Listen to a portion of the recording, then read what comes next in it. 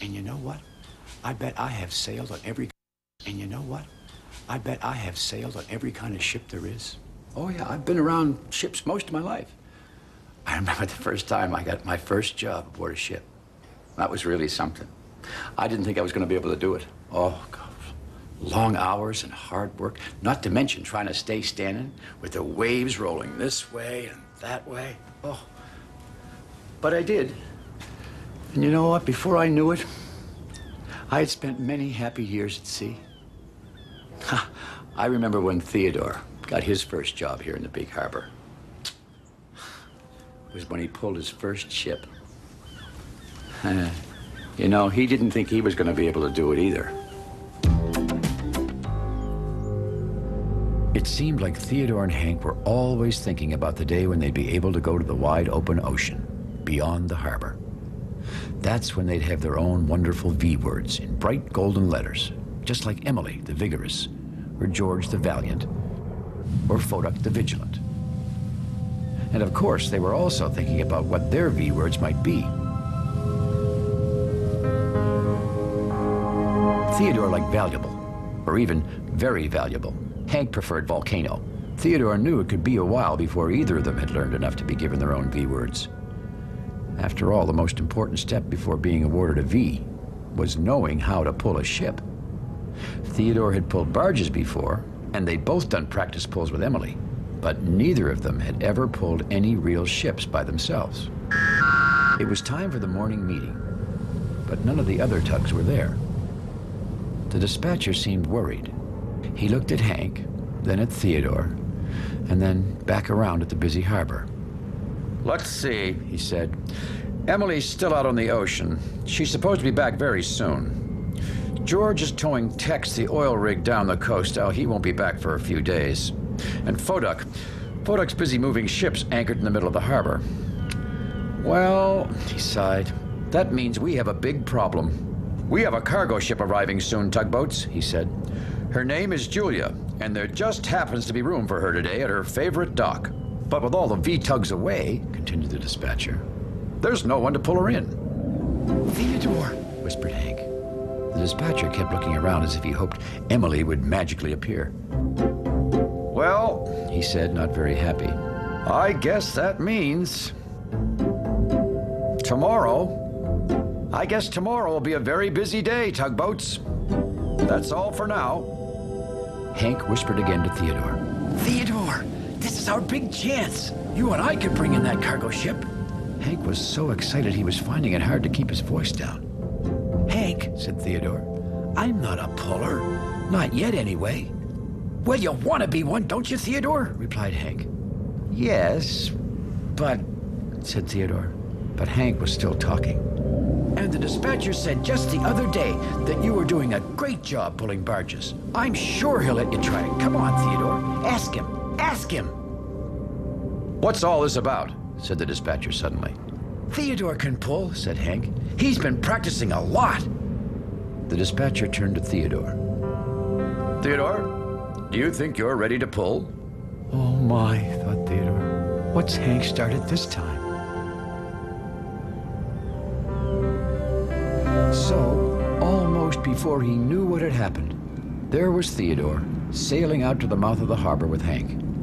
Sure enough, they were on their way to meet Julia, the cargo ship. "How does it feel to be the tug in charge?" asked Hank. Theodore still wasn't sure if he knew what to feel. Not very sure at all. "We better think, Theodore," Hank continued. "After this, you'll get your V word for sure. How about voyageur, off to all the seas in the whole wide world? And I'll be Hank the Volcano. Roar," said Hank. But all Theodore could think about was being the tug in charge. Hank was sure there wouldn't be any problems. "You won't be alone, Theodore," he called. "I'll be helping you." Well, for some reason, this made Theodore feel even less sure about the whole thing. "Hank, you forgot to tuck in your anchor again," he said. "That's what Emily and Fodok are always saying," said Hank. "See, Theodore, you're already a great tug in charge." Well, Theodore couldn't help smiling at his friend. Hank just wouldn't give up, would he? "Well," said Theodore, "I guess I should at least try. Maybe it'll be okay. I hope." So off they went again, And again, they started thinking of V words. Volcano, Voyager. They knew that this would turn out to be quite a day. The day that Theodore Tugboat would pull his first ship. Soon, Theodore and Hank had arrived at the mouth of the harbor, close to the mighty ocean. Julia, the cargo ship, was just arriving. She looked very big. Very, very big. She also looked unfriendly. All of a sudden, Theodore's doubts returned. The huge ship just stared down at him. Hello, said Theodore. I mean, how do you do? Julia didn't answer. Theodore tried again. My name is Theodore, and this is my good friend Hank. We're here to take you to your favorite dock. Theodore couldn't think of anything else to say, so he just waited. Finally, Julia said, Fine. Pushers go to the back. Hank and Theodore looked at each other, and then at Julia again. Oh, thank you, Julia, said Theodore, who always tried to be very polite. But I'm your puller today. Well, Julia was not impressed. She thought Theodore was just a little tug. I've pulled before, said Theodore, trying to make Julia feel better. And what have you pulled before? Asked Julia. Barges, mostly, replied Theodore. Now, Julia wasn't sure that Theodore could be a puller, but she knew it was important to get the fresh vegetable she was carrying unloaded. And after all, it was her favorite dock that was open today. She looked way down again at the two tugboats. Well, I suppose I'll have to at least let you two try. Hooray! Shouted Hank. But I hope you won't make any mistakes, or I'll have to complain. Oh, yes, I understand, said Theodore bravely. But inside, he knew that if Julia complained, it was sure to hurt his chances of being given his V word and being able to go out on the ocean. Let's get to work, Theodore, called Hank. I'm waiting, said Julia. Theodore started off back into the big harbor. He found he really did like how you could see everything when you were up in front. And he felt very important, leading such a big cargo ship into the big harbor. He even gave a little toot-toot to Hank, just like the tug in charge does to signal, all clear, carry on. Just then, Pearl the pilot boat arrived to help guide the ship safely to the busiest part of the harbor. But with Pearl there, Theodore began to worry again. He wanted to make sure he did everything just right, and the pilot boats always watched very carefully. After all, that's their job. Well, Theodore, said Pearl, your first pull, is it? Oh, yes, ma'am, answered Theodore. Will you arrive on time? Asked Pearl. Theodore looked around. Hank was in position. Well, everything's fine, I guess. We'll be there in no time, he said. Pearl went to check on Hank. Willie's Island in the middle of the harbor was just coming into view. You'd better start turning, Julia said to Theodore. The turn, the time, being the tug in charge, there's just so much to remember, Theodore thought. Theodore was getting closer and closer to Willie's Island. Turn, said Julia again. But this wasn't the way Theodore had practiced with Emily. They always turned a little closer to the island. That was because sometimes other ships were coming around the other way. Theodore knew he had to give them lots of room. Careful, Theodore, careful, said Pearl. But now, Theodore wasn't sure what he should do. Maybe the others were right. After all, it was only his first pull. The island was getting closer and closer. Theodore knew that Julia would be upset with him for not turning when she wanted him to. But then he remembered. He was the tug in charge. Suddenly, Theodore knew what he had to do. He continued on. Julia was so worried she couldn't say anything. Then, at just the right moment, Theodore gave one quick toot to Hank. That was the signal to turn now. The two tugs began to swing around the island. Much too close, thought Julia. Just as they were rounding the bend, there was a ship heading towards them. Theodore tooted again. Stop turning! And Hank tooted 2 times back to say yes. Well, it's a very good thing Theodore had waited to turn just when he did. The two ships passed with just enough room to be safe.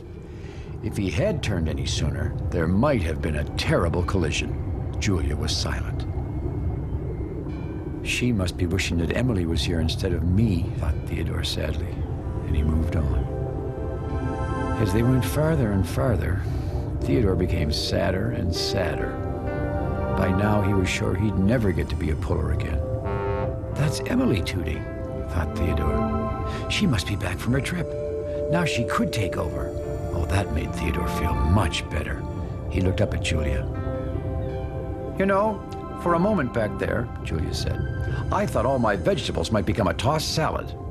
But you did turn at just the right time after all. You're doing well. I am? Asked Theodore. Suddenly, he wasn't so happy about Emily returning. He was just beginning to think he could finish the pulling job. Hi, Theodore, said Emily. When did you get to be a puller? She asked. Just now. I mean, today, Theodore said quietly. He was trying not to let Julia hear him. So he whispered to Emily, It's because there were no V-tugs around. I guess now that you're here, you should be the tug in charge. I think this tugboat is doing a fine job of pulling, said Julia. Well, Emily was very happy for her good friend Theodore. Of course he is, she said. Do you think this will mean I can be a V-tug, Emily? He asked. Someday, laughed Emily, and off she went.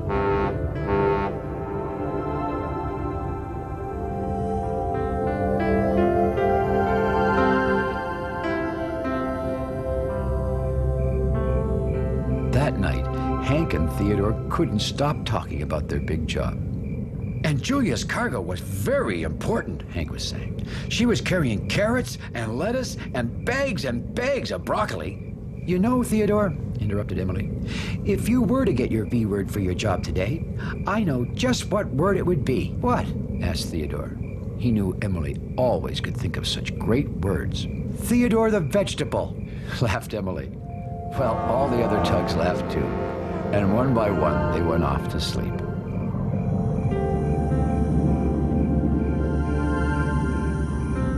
All except for Theodore. That night he stayed awake a little while longer. He couldn't stop thinking about the next time he'd be the tug in charge here in the big harbor. Now, Theodore didn't get his V word for that assignment. No, that was just one small first step for him. The same as me learning to stay standing when the waves are rolling back and forth was a first step for me. It's called getting your sea legs. You learn to move back and forth with the ocean. But once you've got your sea legs, you feel like you can do anything. Well, almost anything. Whoa! Of course, on the ship, we try to remember to keep the door closed. Well, thanks for visiting here in the big harbor. We'll see you all again next time. I've got to clean this up. Oh, what a mess. Oh. Theodore, he's a tugboat and a friendly tugboat too. A friendly tugboat too. Oh, Theodore likes to do the things that friendly tugboats do. Pushing and a pulling in the great big harbor, in the great big world is so much fun. So many brand new things to discover. Waking with the sun, gotta get the job done. Oh, Theodore and Emily, Theodore, Hank and George, and the harbor master too.